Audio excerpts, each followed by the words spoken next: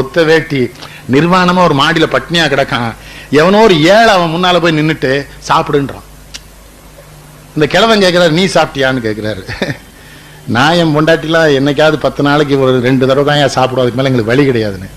நீயே சாப்பிடல, என்ன ஏன் சாப்பிட சொன்னேன்னு கேட்டான். அந்த அந்த ஏழை சொன்னா, நீ சாப்பிட்டா தாண்டா எதிர்காலத்துல என் புள்ள குட்டிகள்லாம் அந்த நாட்டுல சாப்பிட்டுட்டு பத்திரமா இருக்க முடியும், நீ தயவு செய்து சாப்பிடியான்னு. உண்ணாவிரதுங்கிறது அவ்வளவு. அவர் கூரை வீட்டுல படுத்து இருந்தார். நவகாடியில ரத்த களரி நடக்குது. கிழவன் கிளம்பி போயிட்டாரு அங்க.